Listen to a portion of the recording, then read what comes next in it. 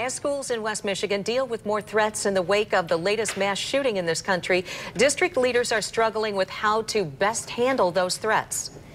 Yesterday, we saw dozens of students walk out at Northview High School in Plainfield Township. This is word spread about a threat at that district that district leaders decided to try to keep under wraps.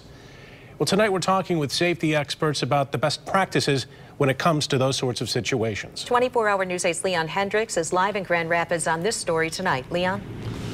Brian and Susan, good evening. Word just in from the Attorney General's office that their OK to Say program that takes in tips from students about potential school threats got a record number of tips last month, some 119 about potential threats to students. Parents want to know about it, and school leaders and experts in the field say that they ought to get that communication from their schools. A lot of time. Prosecutors say the numbers on school-related threats in the past few weeks have been unprecedented in Kent County. The spike believed to be related to the tragedy in Parkland, Florida. Schools are grappling with how to respond. Hastings schools closed Monday because of a threat, and yesterday a stir-up at Northview schools. Word got out about a late February threat. The district didn't communicate about it, and what one parent called pandemonium ensued. A mass exodus yesterday of frightened students, though the threat had already been determined as not credible. Communication is everything. Larry Johnson is a school safety expert who has authored a book on the topic. He's also assistant superintendent of Grand Rapids Public Schools in charge of security. He says the idea of hiding threats so as not to create a scare is wrong thinking.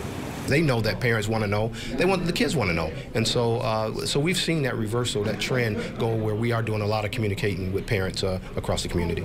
Today, he's here talking with students about what he says is a more likely threat in their lives, drugs and the traps associated with social media.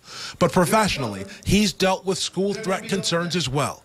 He says experience has taught him that communication is key. We've got it wrong sometimes, and we have not put that message out broader. And so what we've done is we're trying to do that better. When information doesn't come from official channels, it comes out in other ways and only seems to prompt more fears. We need to get that information out to them. The vague communication to parents at Northview was information too little and too late. Today, Northview Schools was closed, they said, because of weather, but it's likely they'll be dealing with how they responded to these potential threats for days and weeks to come.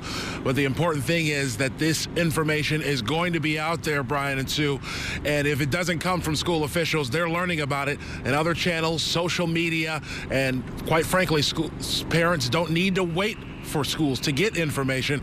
They can get it themselves, and schools need to be a part of giving out that information. That's what the experts say tonight. Back to you.